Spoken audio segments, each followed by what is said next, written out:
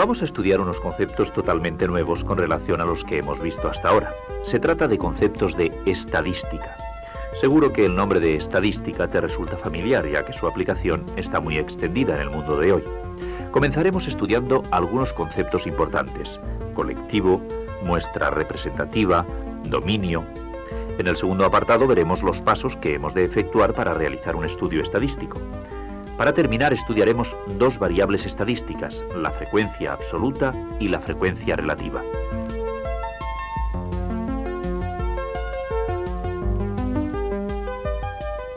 En este primer apartado, como es lógico, veremos lo que es la estadística y lo que estudia: colectivo, características estables. A través de los estudios estadísticos podremos extraer conclusiones sobre lo que ocurrirá en el futuro. Se trata del estudio de unas variables estadísticas, su dominio y recorrido.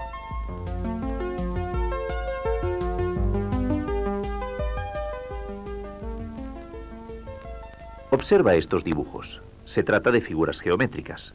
Todas ellas son triángulos. Podemos decir que forman un conjunto o un colectivo de triángulos.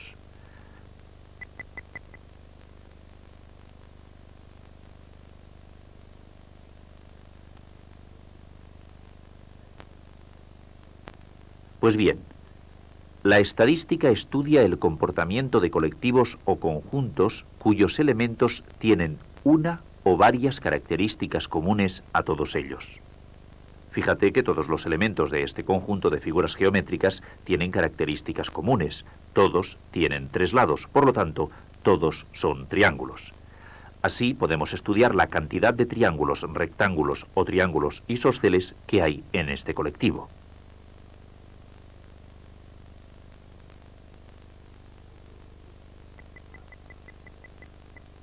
El colectivo también se puede llamar población, grupo, conjunto o universo. Este árbol es un árbol aislado. Solo con él no podemos hacer un estudio sobre la proporción de pinos o palmeras.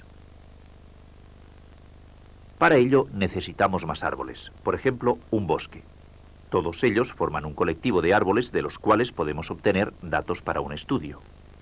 Así, en el estudio sobre la proporción de pinos, robles o palmeras, los árboles forman el colectivo la población, grupo, conjunto o universo. En este conjunto de naranjas podemos hacer un estudio sobre el grosor de la piel de las naranjas.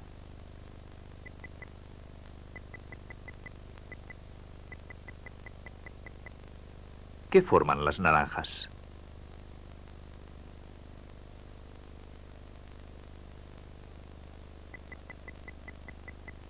En efecto, las naranjas forman el colectivo, la población, el grupo o el universo. ¿Recuerdas este conjunto de triángulos? Anteriormente vimos que todos ellos forman un colectivo. Fíjate bien, al estudiar un colectivo puede ser que se observen unas características que se repitan con regularidad. En este caso decimos que el colectivo presenta unas características estables.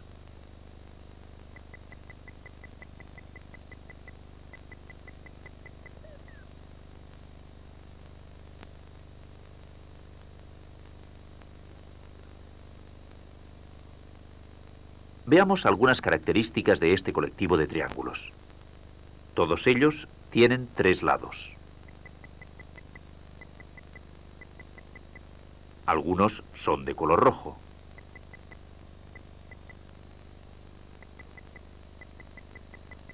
Unos cuantos son grandes, los otros son más pequeños. Pero no todas estas características se repiten con regularidad. ¿Cuáles son las características estables? Solo la característica referida a los lados se repite, por tanto, esta es la característica estable. Veamos otro ejemplo. El dueño de una fábrica de tuercas quiere realizar un estudio sobre la calidad de las tuercas que fabrica una de sus máquinas. ¿Cuál crees que es el colectivo de este estudio?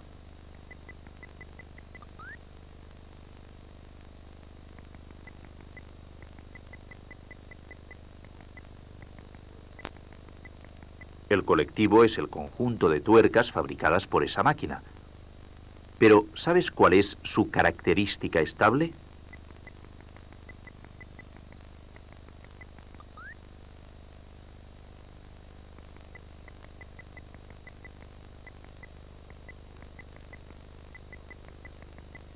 todas las tuercas del colectivo son fabricadas por la misma máquina. Por ello, esta es su característica estable. Este fabricante de tuercas quiere realizar un estudio estadístico, es decir, investigar cierto número de casos que presenten características comunes para obtener conclusiones que permitan prever lo que ocurrirá en el futuro. Recuerda que el colectivo lo forman las tuercas y su característica común es estar fabricadas por la misma máquina. Durante las vacaciones el tráfico en las carreteras aumenta considerablemente. Por ello se intenta buscar soluciones para evitar atascos y accidentes en las llamadas operaciones salida y retorno. Observa los siguientes datos.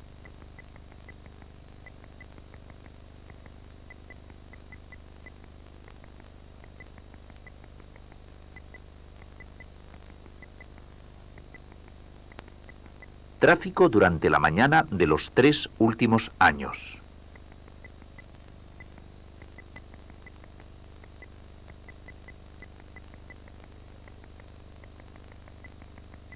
Número de viajeros en tren durante las vacaciones. ¿Puede facilitar alguno de estos datos el estudio sobre el tráfico por carretera? Efectivamente, el primer dato sobre el tráfico durante la mañana puede ayudar a organizar la salida y entrada de las ciudades. Es un dato a tener en cuenta.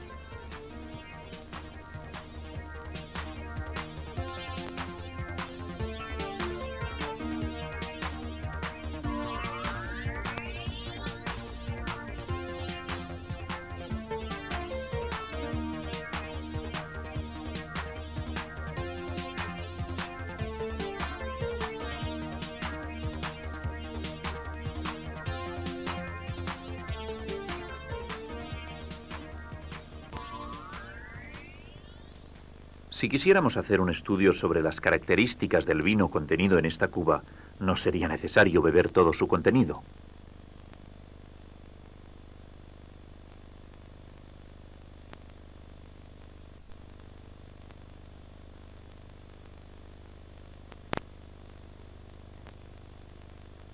Sería suficiente con beber una copa.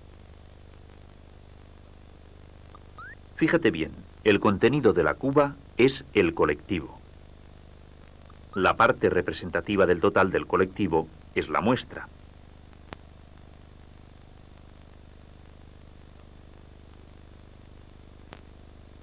La muestra es un subconjunto del colectivo.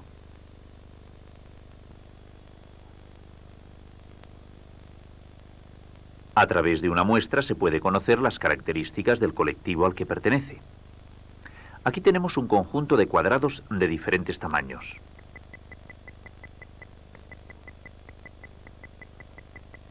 El colectivo es el conjunto de todos los cuadrados. De este colectivo podemos tomar una muestra. Por ejemplo, los cuadrados de menor tamaño, es decir, la muestra está formada por los cuadrados pequeños.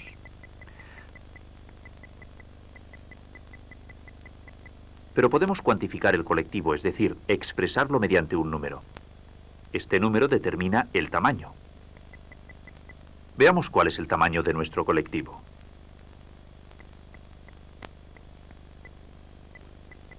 Uno, 2, 3, 4, 5, 6, 7, 8, 9, 10. El colectivo está formado por 10 elementos. Su tamaño es 10. Recuerda que podemos conocer las características del colectivo por medio de una muestra.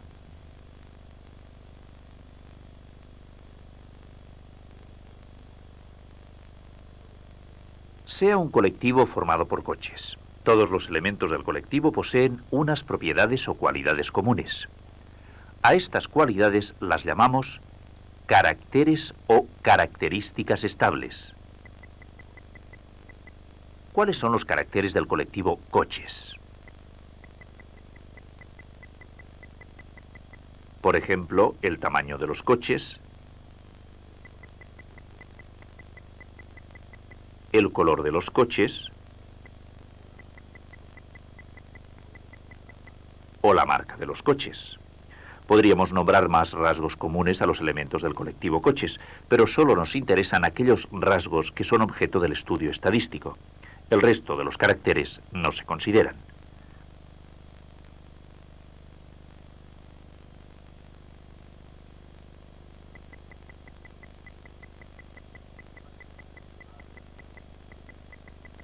Imaginemos que se va a realizar un estudio estadístico sobre las medidas físicas de los niños de EGB.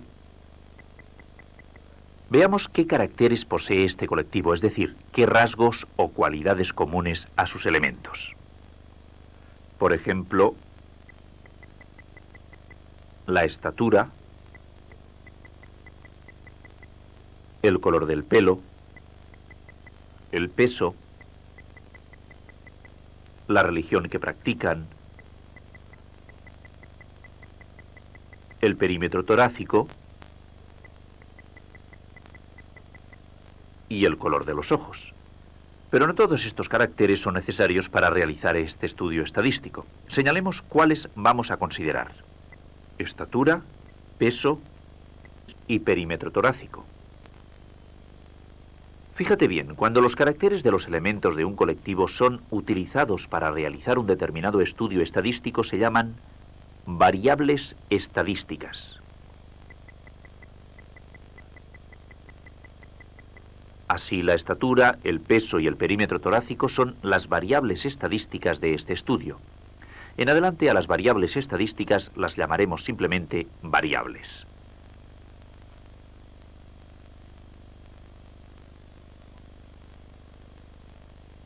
Gracias a los termómetros podemos medir la temperatura de una persona. Esta temperatura es la comprendida entre 35 y 42 grados. Pues bien,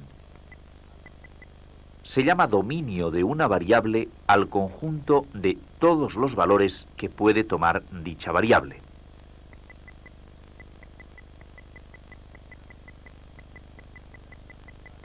En este caso, el dominio de la variable temperatura va de 35 a 42 grados.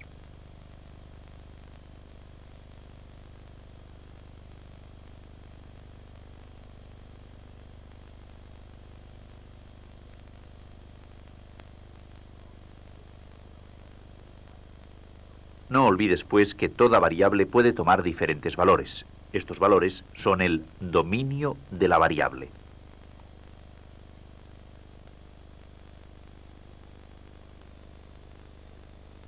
Si se realiza un estudio estadístico sobre el precio de los balones, se tiene que anotar el precio a través de los últimos años. Ya sabes que la variable es el precio de los balones. Veamos qué valores toma la variable. En el año 1981 valían 300 pesetas. En el año 82, 315 pesetas. Así anotaremos el precio de los balones durante los siguientes años. Una vez vistos todos los valores, ya podemos saber cuál es el dominio de la variable precio de los balones.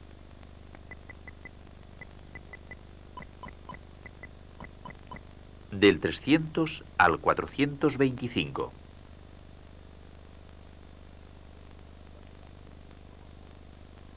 Observa que la variable varía, pero toma un valor mínimo y un valor máximo.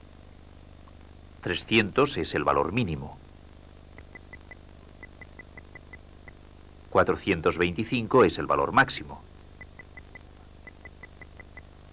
Pues bien, se llama recorrido de una variable a la diferencia entre los valores máximo y mínimo de los datos observados.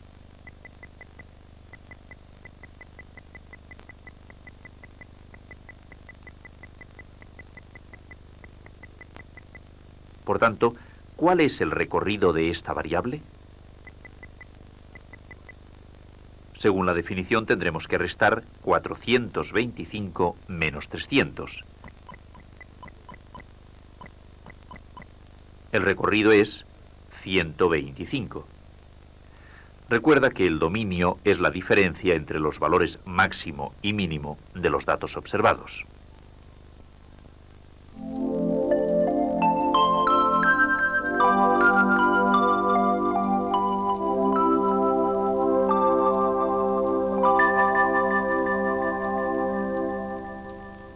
La estadística estudia el comportamiento de colectivos cuyos elementos tienen características comunes. La muestra es una parte representativa del total de los elementos que forman el colectivo. Variables estadísticas son los caracteres utilizados para realizar un estudio estadístico. Dominio de una variable es el conjunto de valores que puede tomar dicha variable. Recorrido de una variable es la diferencia entre los valores máximo y mínimo de los datos observados.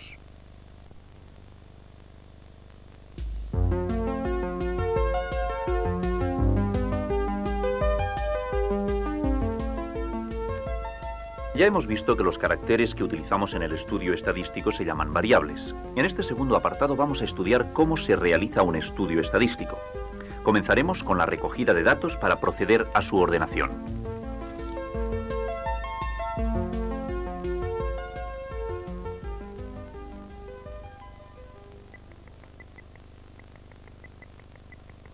Para efectuar un estudio estadístico necesitamos anotar los valores observados de la variable de un determinado fenómeno. Esto es lo que llamamos recogida de datos. Ya hemos indicado que se trata del primer paso en el estudio estadístico. Imaginemos que queremos estudiar las calificaciones obtenidas en una clase en la asignatura de lenguaje.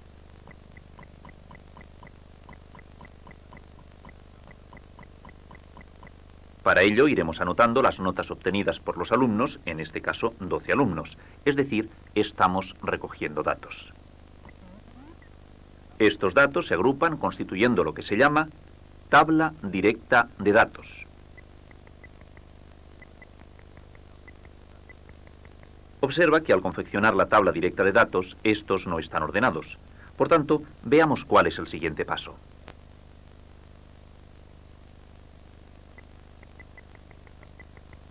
El segundo paso consiste en la ordenación de los datos de forma creciente o decreciente, es decir, colocar los datos de menor a mayor o de mayor a menor. En este caso los ordenaremos de forma creciente. Comenzaremos por el más pequeño. 1, 2 y 3. Observa que hay más de un 3.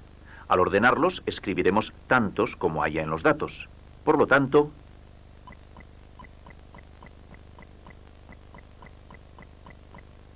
3, 4, 5, 6, 6, 7, 8, 8 y 9. De esta forma, a partir de la tabla directa de datos, los hemos ordenado de forma creciente. Recuerda que también se puede ordenar de mayor a menor, es decir, en forma decreciente.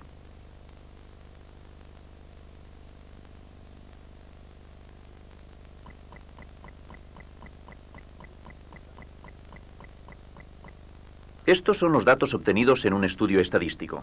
Por tanto, esta es la tabla directa de datos. Ya has aprendido que el paso siguiente es ordenar estos datos de forma creciente o decreciente. Realicemos ahora la ordenación de menor a mayor, es decir, en orden creciente.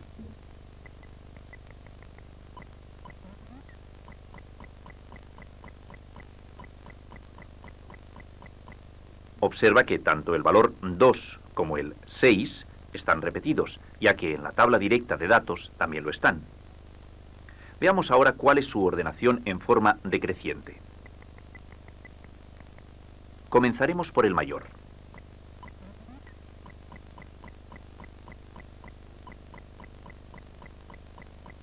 Ocho, 7, 6, 6, 5, 4, 3, 2, 2, 1.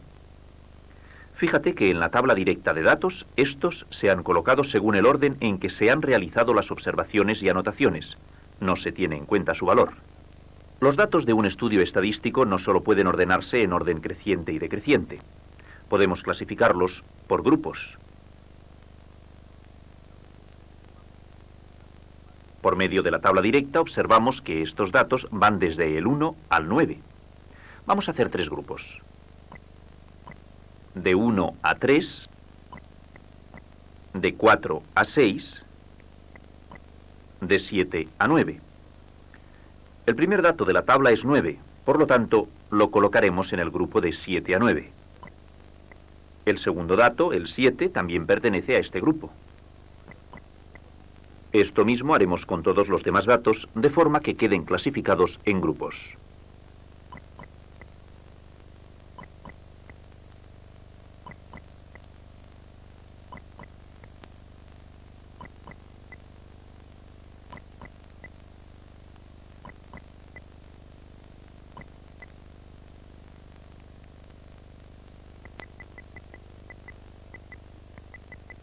Pues bien, cada uno de estos grupos recibe el nombre de intervalo de clase.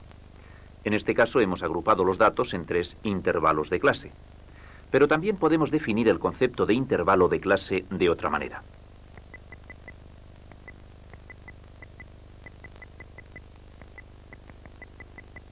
Fíjate bien, se llama intervalo de clase a cada una de las partes en que se divide el recorrido de la variable para su estudio. Recuerda que el recorrido de la variable es la diferencia entre los valores máximo y mínimo de los datos. Se va a hacer un estudio estadístico sobre las temperaturas en el mes de julio. Por tanto, se van anotando los datos durante 12 días. Estos datos los podemos clasificar en 2 grupos.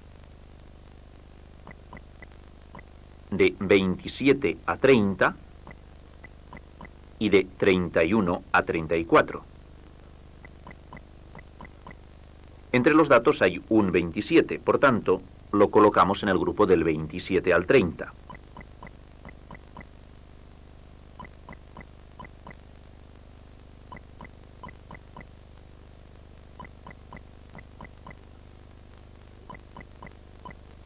A continuación colocaremos los valores 28, 29 y 30. De esta manera formamos el intervalo de clase 27 a 30.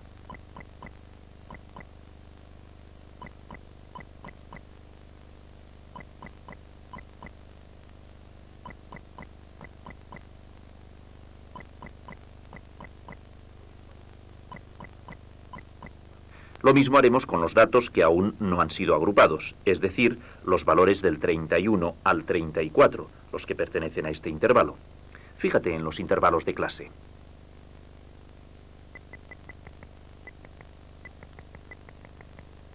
Pues bien, se llama límites del intervalo a los valores extremos de dicho intervalo.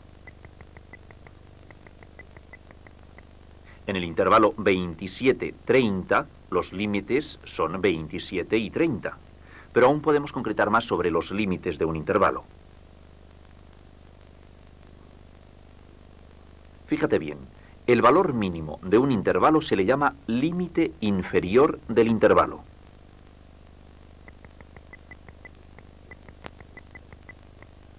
...27 y 31 son, respectivamente, los límites inferiores de estos 2 intervalos.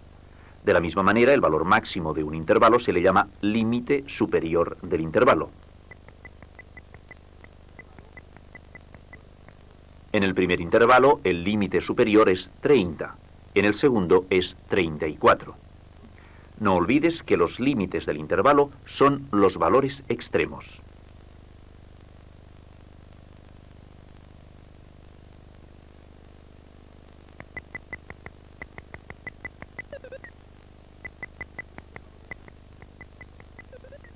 Un intervalo de clase se determina por sus límites inferior y superior, es decir, por sus valores extremos. En un intervalo el límite inferior es 100 y el límite superior es 150. Por lo tanto, el intervalo es 100-150. Conociendo los límites del intervalo podremos saber si un dato pertenece o no a dicho intervalo. Por ejemplo, 103 ¿pertenece o no a este intervalo? Como este dato está incluido entre los límites, diremos que sí pertenece al intervalo.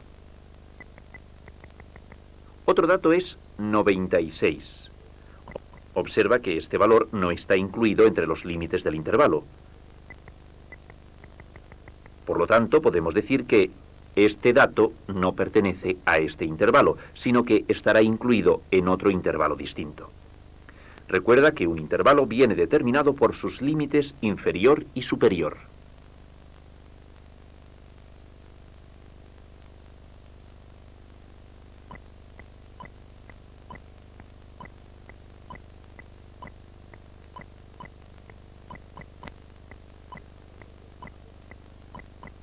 Se han anotado y ordenado las notas de 12 alumnos en la asignatura de inglés para realizar un estudio estadístico. Ahora ordenaremos estos datos agrupándolos en intervalos de clase, en 3 intervalos. El intervalo 2-4, el intervalo 5-7 y el intervalo 8-10. 2, 5 y 8 son los límites inferiores de los intervalos. 4, 7 y 10 son los límites superiores de los intervalos. Conociendo los límites del intervalo, podemos saber los datos que están incluidos en cada uno de ellos. 2, 3, 4 y 4 son los datos incluidos en el primer intervalo. 5, 6, 7 y 7 están incluidos en el intervalo 5-7. 8, 9 y 10 están incluidos en el tercer intervalo. Observa que hay un dato que no está incluido en ninguno de los intervalos. Se trata de 7,5. Este dato, 7,5, no encaja en ninguno de los intervalos de clase.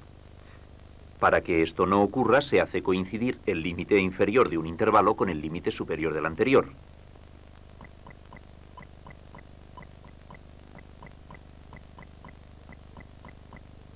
Y el límite superior con el límite inferior del intervalo siguiente. De esta forma se obtienen unos nuevos límites del intervalo que se llaman límites exactos, inferior y superior.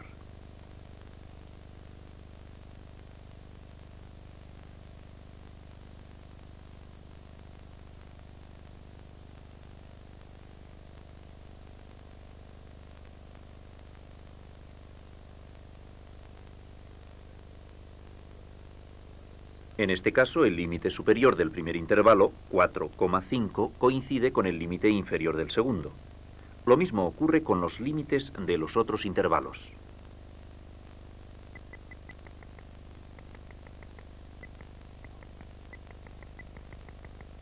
Ahora los intervalos están definidos por los límites exactos, inferior y superior. Fíjate bien en esta regla. Cuando uno de los datos coincide con el límite exacto superior de un intervalo, se clasifica en el intervalo siguiente. Por lo tanto, 7,5 se clasifica en el intervalo 7,5, 10,5. No olvides esta regla. Observa estos dos intervalos.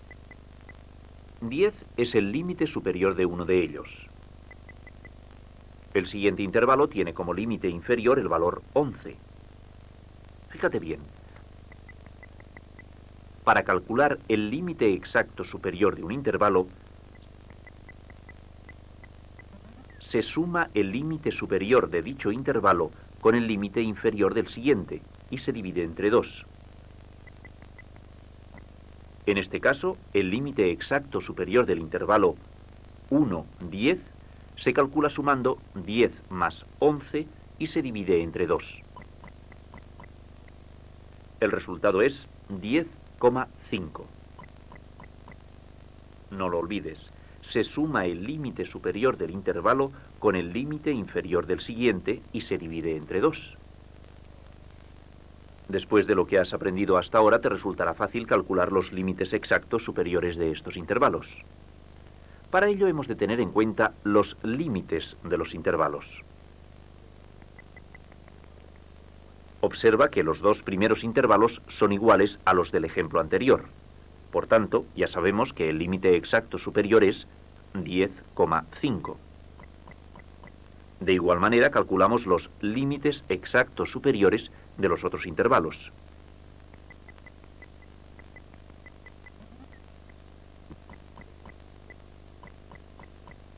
20,5 y 30,5. Veamos cuál es el límite exacto inferior de estos intervalos. Fíjate bien, el límite exacto inferior de un intervalo coincide con el límite exacto superior del intervalo anterior. Por lo tanto, 10,5, 20,5 y 30,5 son, respectivamente, los límites exactos inferiores de los intervalos. Pero aún faltan por calcular el límite exacto inferior del primer intervalo y el límite exacto superior del último intervalo. Veamos cómo se calculan. ¿Cuál es la diferencia entre los límites exactos de cada intervalo? Entre 10,5 y 20,5 hay una diferencia de 10. Y esta misma es la diferencia que hay entre 20,5 y 30,5. Pues bien, esta diferencia se mantiene constante en todos los intervalos. Por tanto, también se cumple en el primer y último intervalo. Ahora ya podemos calcular los límites que faltan. El límite exacto inferior del primer intervalo es 0,5. Simplemente restamos 10 de 10,5. El límite exacto superior del último intervalo se calcula sumándole 10 a 30,5. Por tanto, es 40,5. Recuerda que los límites exactos hacen coincidir el límite inferior de un intervalo con el límite superior del anterior.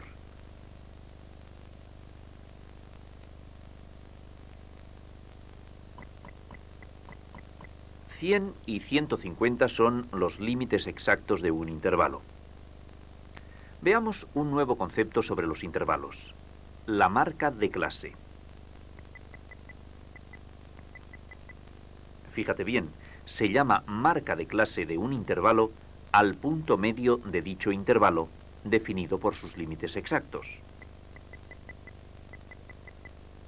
La marca de clase se representa con una X. Para obtener la marca de clase de un intervalo, se suman sus límites exactos inferior y superior, y el resultado se divide entre 2. En el caso del intervalo 100-150, la marca de clase se calcula sumando 100 más 150 y se divide entre 2.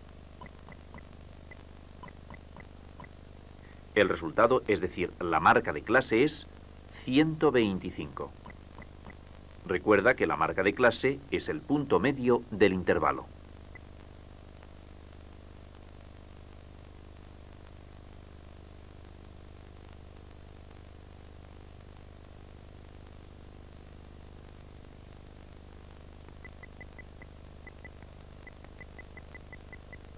Tamaño del intervalo es la diferencia entre los límites exactos del intervalo. Se representa por la letra C. Por tanto, el tamaño del intervalo se calcula restando el límite exacto superior menos el límite exacto inferior. Si tenemos el intervalo de límites exactos 15 y 21, para calcular el tamaño del intervalo, colocamos en primer lugar el límite exacto superior, es decir, el 21.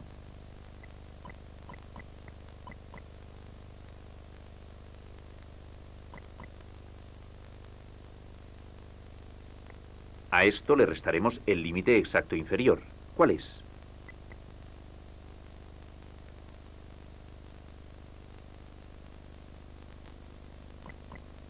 En efecto, es 15. Ahora solo tenemos que efectuar la resta. El resultado es 6. El tamaño del intervalo 15-21 es 6.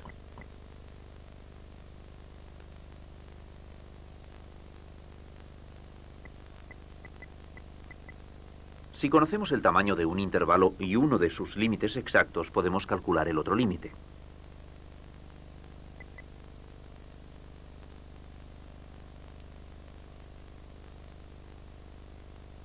Por lo tanto, podemos hallar el límite exacto superior de un intervalo conociendo su límite exacto inferior y su tamaño. Para ello, lo sumamos. Por ejemplo, dado un intervalo cuyo límite exacto inferior es 15 y su tamaño es 7, su límite exacto superior es igual a la suma de 15 más 7. El resultado es 22. Pero también podemos calcular el límite exacto inferior de un intervalo si con anterioridad conocemos su límite exacto superior y su tamaño.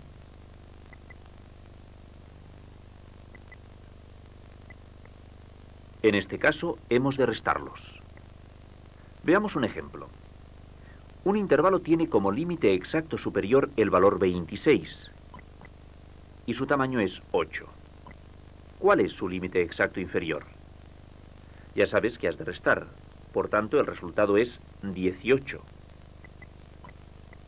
Es decir, el límite exacto inferior es 18. Ya ves que resulta sencillo calcular los límites exactos de un intervalo.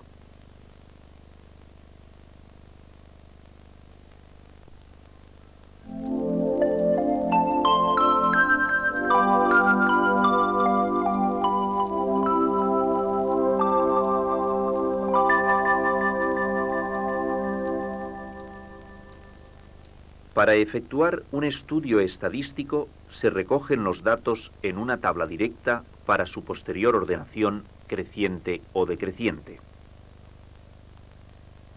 Intervalo de clase es cada una de las partes en que se divide el recorrido para su estudio. Los valores extremos se llaman límites inferior y superior, respectivamente. Marca de clase de un intervalo es el punto medio de dicho intervalo definido por sus límites exactos. Tamaño del intervalo es la diferencia entre los límites exactos del intervalo.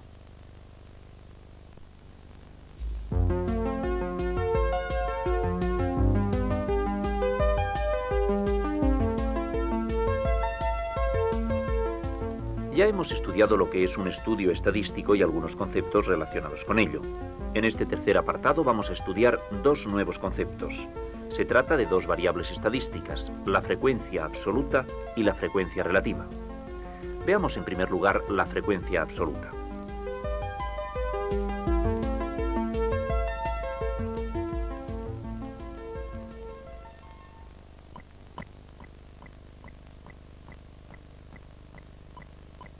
Para realizar un estudio estadístico se han recogido en una tabla directa de datos 12 observaciones.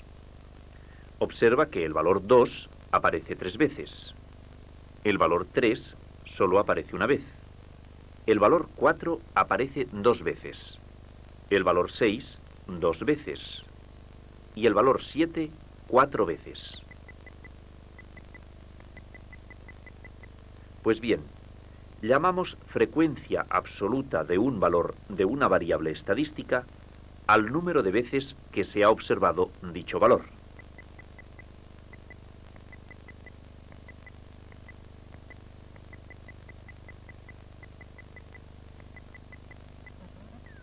En este caso, la frecuencia absoluta del valor 2 es 3. Fíjate que la frecuencia absoluta del valor 5 es 0, ya que no se repite ninguna vez.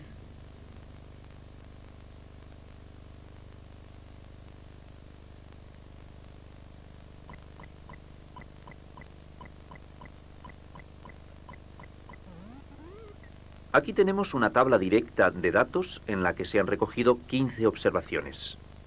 Ya sabes que a partir de esta tabla podemos construir otra tabla de frecuencias absolutas.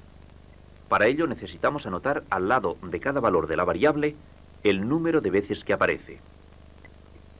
Veamos cuáles son los diferentes valores de la variable. 3, 4, 5, 6 y 7.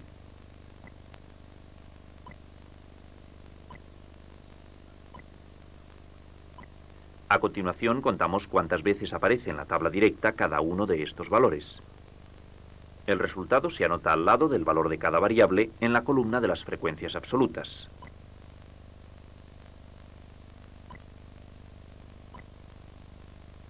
Tres, 3, 2, 4, 3.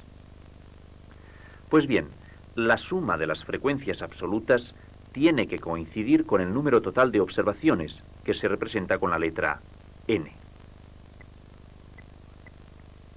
Por tanto, vamos a sumar las frecuencias absolutas.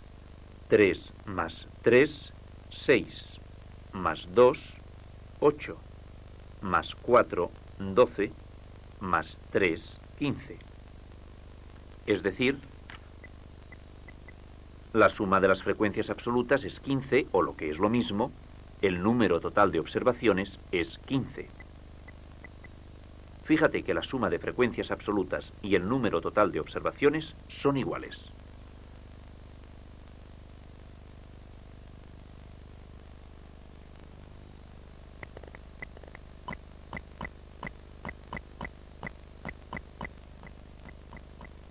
Después de calcular la frecuencia absoluta de una variable, veamos qué significado tiene mediante un nuevo ejemplo. En él aparecen los diferentes valores que puede tomar la variable y su correspondiente frecuencia absoluta. Queremos saber, en primer lugar, el número total de datos observados, o lo que es lo mismo, la suma de todas las frecuencias absolutas. Veamos cuánto es.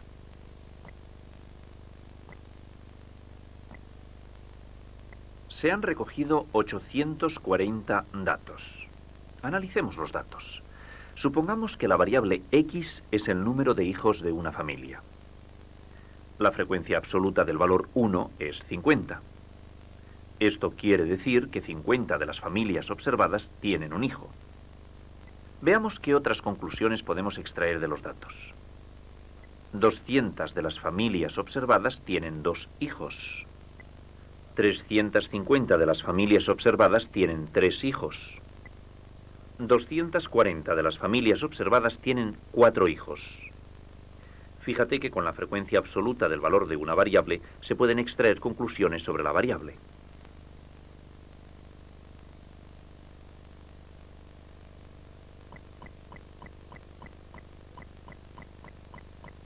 Ya sabes que en ocasiones los valores de la variable se reagrupan en intervalos de clase. Pues bien, en estos casos se llama frecuencia absoluta de un intervalo al número de datos que pertenecen a dicho intervalo. Observa esta tabla directa de datos. Vamos a agruparlos en 3 intervalos cuyos límites exactos son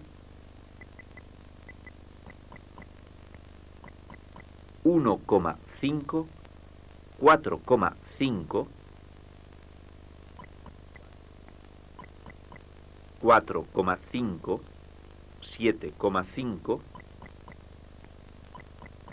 7,5, 10,5. Recuerda lo que es la marca de clase de un intervalo. Es su punto medio. Por tanto, las marcas de clase de estos intervalos son 3, 6, 9 respectivamente. Veamos ahora cómo se calculan las correspondientes frecuencias absolutas de estos intervalos. Los valores agrupados en el primer intervalo son el 2, que aparece 2 veces, el 3 y el 4. En total, 4. Es decir, que en la columna de las frecuencias se escribe un 4. En el segundo intervalo encontramos el 5, que aparece 2 veces, el 6 y el 7, que aparece también 2 veces. En total, 5. En el tercer intervalo, ¿cuál es su frecuencia absoluta? En efecto, son 4 valores los que aparecen. Observa que el proceso es similar al que utilizamos cuando no están agrupados en intervalos.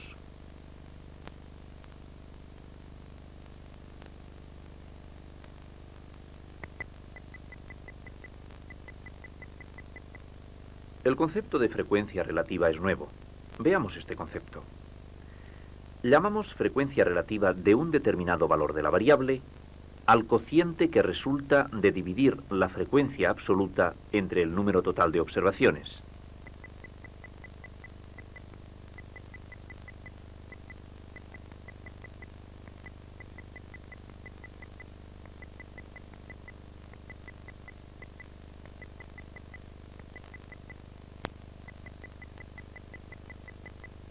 La frecuencia relativa se expresa con las letras FR. Su expresión es la frecuencia absoluta de una variable dividida entre el número total de datos.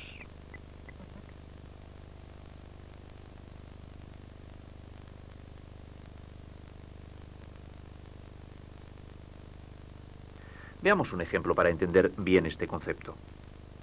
Si en un estudio estadístico se han realizado 100 observaciones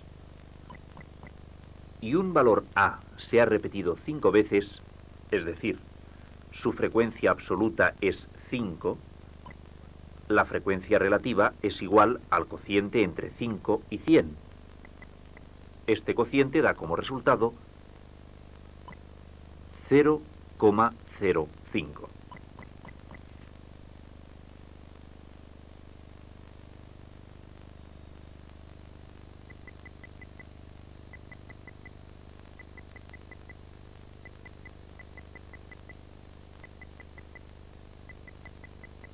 Lee atentamente estas palabras: Manuel, Luisa, Samuel, Ana, Raquel, María, Javier. Observa las vocales que las forman. En este estudio estadístico tomamos como variables las vocales. Veamos cuántas veces aparece cada una de ellas en estas palabras. Es decir, calculemos su frecuencia absoluta. ¿Cuántas veces aparece la letra A?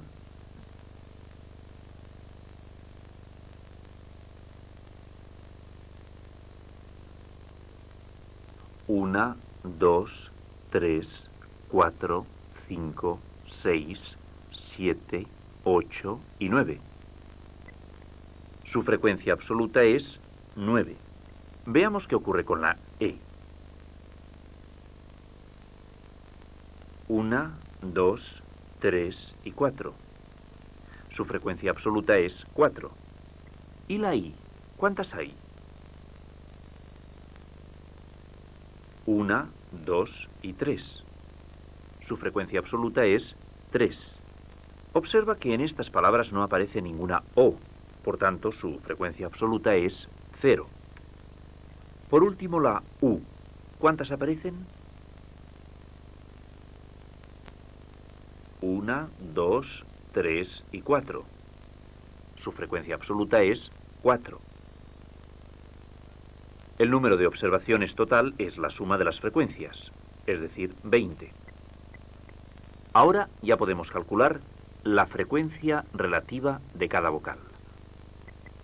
De A es 9 entre 20, es decir, 0,45. De E es igual a 4 entre 20, 0,2. De I es 3 dividido entre 20, que da como resultado 0,15. La O tendrá de frecuencia relativa 0, pues no aparece en estas palabras. Para calcular la frecuencia relativa de la U, dividimos 4 entre 20. El resultado es 0,2. Observa los resultados obtenidos. Todos ellos son menores que la unidad. 0,45, 0,2, 0,15, 0, 0,2. Sumemos ahora todas las frecuencias relativas. El resultado es 1, es decir, igual a 1. Fíjate bien y recuerda. La frecuencia relativa de un determinado valor tiene que ser siempre menor que la unidad. Además, la suma de todas las frecuencias relativas debe ser igual a la unidad.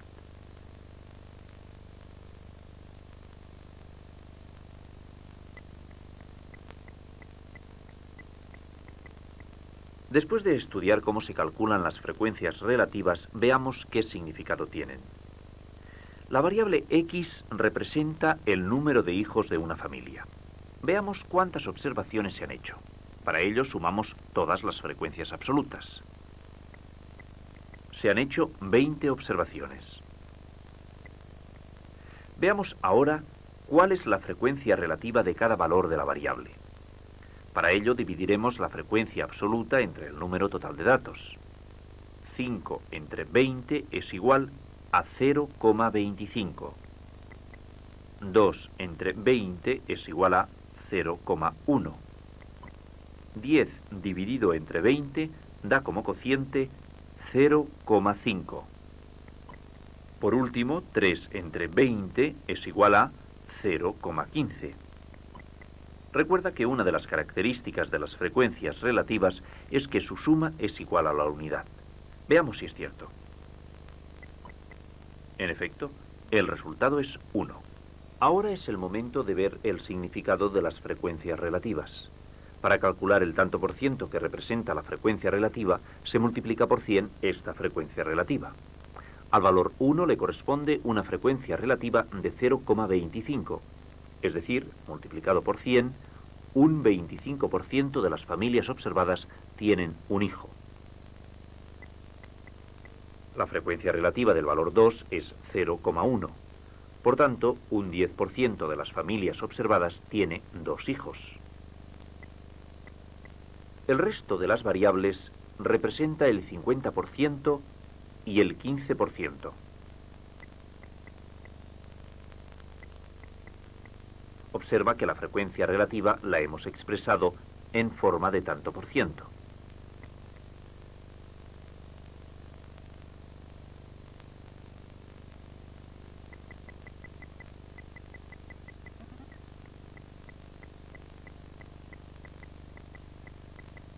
Ya sabes que también se puede hallar la frecuencia absoluta de intervalos, pues lo mismo ocurre con la frecuencia relativa. Pero vayamos paso a paso. En primer lugar, calculamos la marca de clase de estos intervalos. Recuerda que se trata del punto medio. En el caso de estos intervalos, las marcas de clase son 3, 7, 11, 15. Nos falta conocer la frecuencia absoluta correspondiente a cada intervalo. Veamos cuáles son. 5, 5, 6 y 4, respectivamente. Fíjate bien, en el caso de que los valores de la variable se reagrupen en intervalos de clase, la frecuencia relativa de cada intervalo se obtiene también dividiendo la frecuencia absoluta de dicho intervalo entre el número total de observaciones. Esto quiere decir que la frecuencia relativa se calcula de igual manera que hasta ahora. Necesitamos saber el número total de observaciones. Para ello, sumamos las frecuencias absolutas. El número total de observaciones es 20. Ahora ya podemos calcular la frecuencia relativa de cada intervalo. Para el primer intervalo, dividimos 5 entre 20. El cociente es 0,25. La frecuencia relativa del segundo intervalo es también 0,25. El tercer intervalo tiene 0,3 de frecuencia relativa. Calcula tú solo la frecuencia relativa del último intervalo.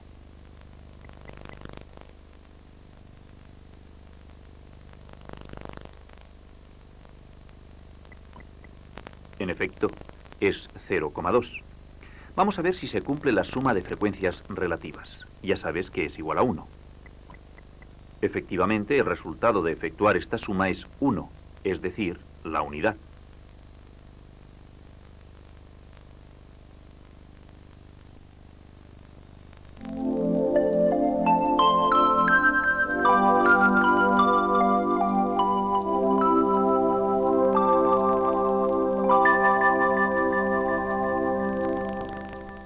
Dada una variable estadística, se llama frecuencia absoluta de un valor de dicha variable al número de veces que se ha observado dicho valor. La suma de frecuencias absolutas coincide con el número total de observaciones. Se llama frecuencia relativa de un determinado valor de una variable al cociente que resulta de dividir su frecuencia absoluta entre el número total de observaciones. La frecuencia relativa tiene que ser menor que la unidad. y la suma de todas las frecuencias relativas es igual a 1.